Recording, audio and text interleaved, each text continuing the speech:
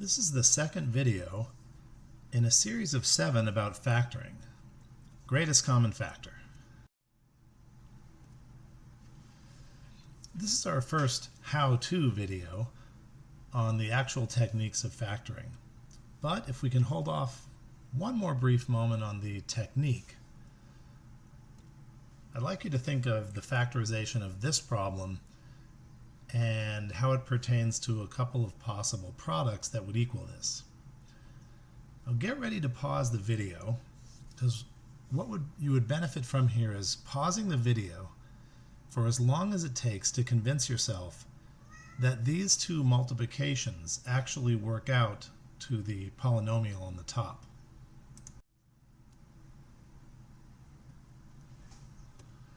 Okay, now while it is true that these two products on the bottom do multiply out to be the polynomial on the top, neither of them is the factorization, because the thing in the parentheses in each case, the second factor, can itself be expressed as a product or factored further.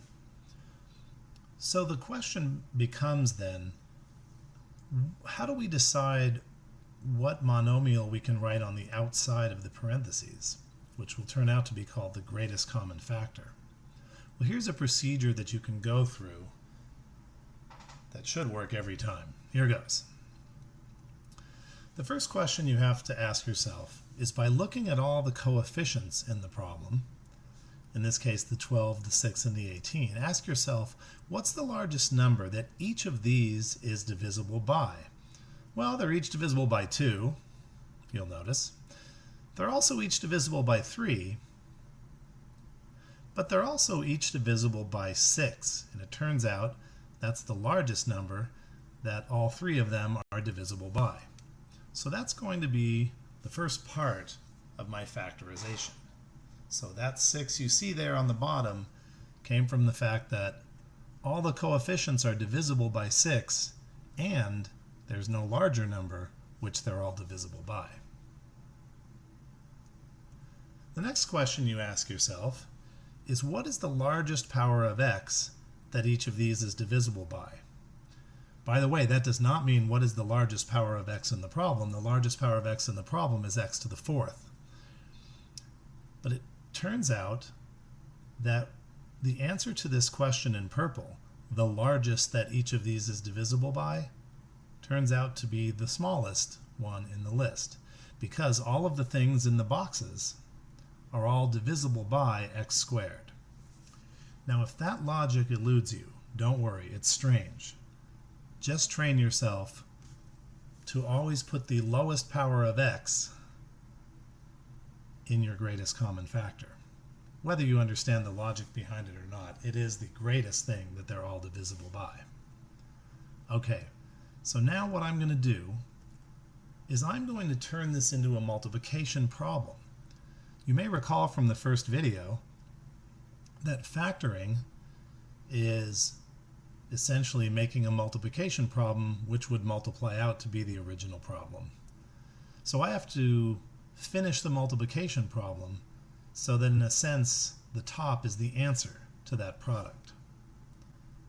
By the way, this thing on the outside of the parentheses is called the greatest common factor, or GCF, and it is said that we have factored out the GCF. The only meaning of the word out in this case is that we're putting something outside of the parentheses. It really doesn't have any deep mathematical meaning, but you will hear people say, what can we factor out, or what have we factored out?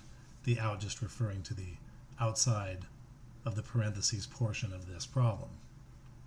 Okay, well, now we have to ask ourselves, what could we put inside the parentheses that would make these two polynomials equal? Well, let's start right here. Ask yourself this question: 6x squared times what would equal 12x to the 4th, would equal that first term in the original problem? There's no real procedure here, but some cleverness and guess and check will lead you to 2x squared. Now convince yourself that the green times the green equals the red.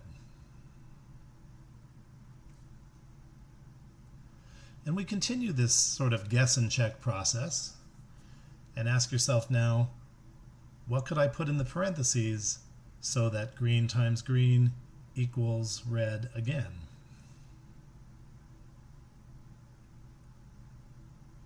There's no formal procedure that's really worth learning here, but basic algebra will lead you to the conclusion that now green times green equals red.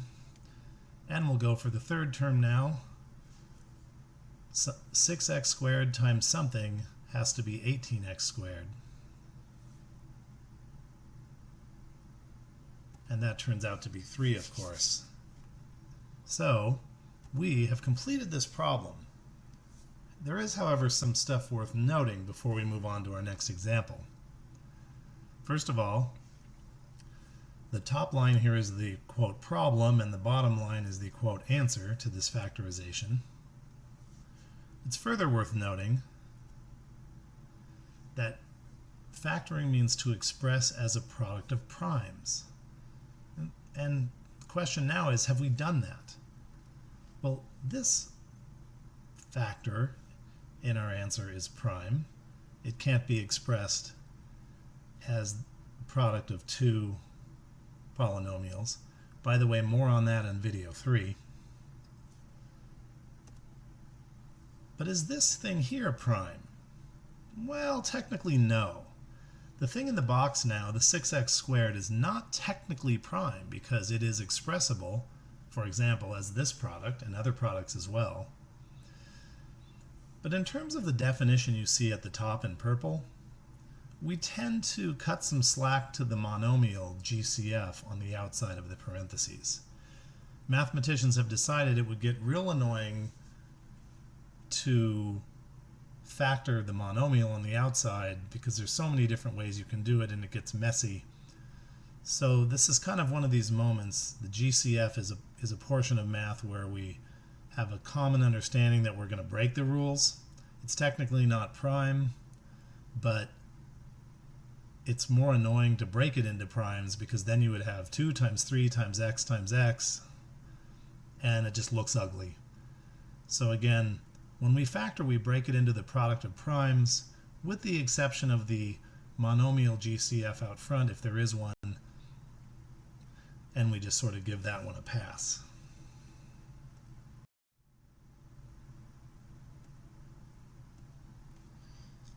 Let's apply that same procedure to this example.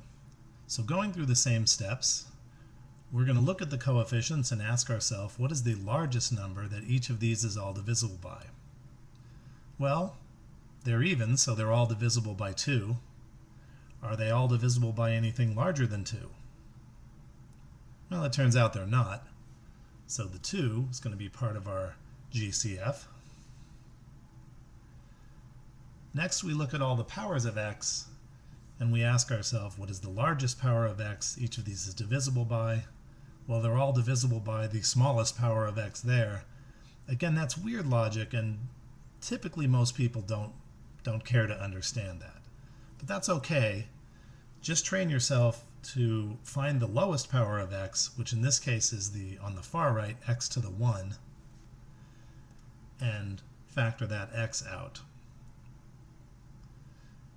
And now we have to turn this into a multiplication problem. Again, here's our GCF. We could say that we factored out the 2x, but now we have to fill in the second factor, the parentheses, to make these two polynomials equal. Same guess and check logic as before. 2x times what would equal this?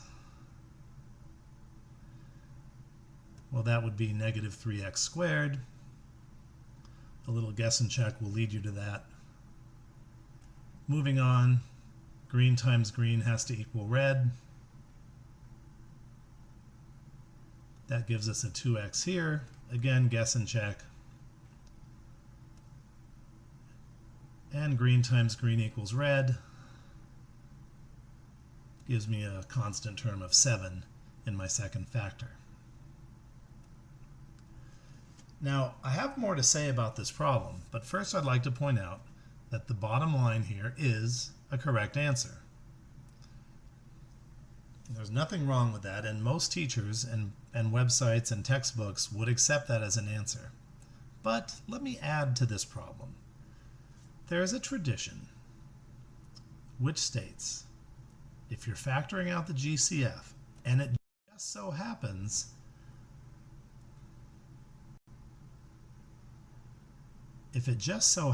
that the first coefficient is a negative number, which doesn't always happen, but in this case this problem has a lead coefficient of -6, and when that leading or first coefficient is negative, the tradition is, strange as this may seem, factor out a negative. And you'll notice by factoring out a negative, that changes all the signs in the parentheses to the opposite of what I had gotten when I didn't factor out a negative. Now both lines on the bottom are correct.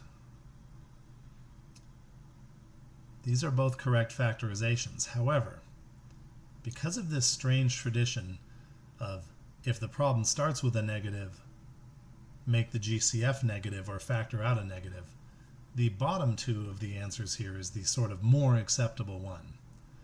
By the way, it's worth noting that the reason for this strange tradition is if this number here is a positive, which my tradition turned it into, when that number is positive, future operations with this factorization are more helpful. Now right now you're watching a video on factoring, and so the factoring is sort of a means to an end. But factoring actually leads to further operations in more complex problems later on in algebra. And so it just so happens if that first coefficient inside the parentheses is positive, it makes future mathematics easy, and that's the reason for this seemingly strange tradition. And that completes video 2 of 7.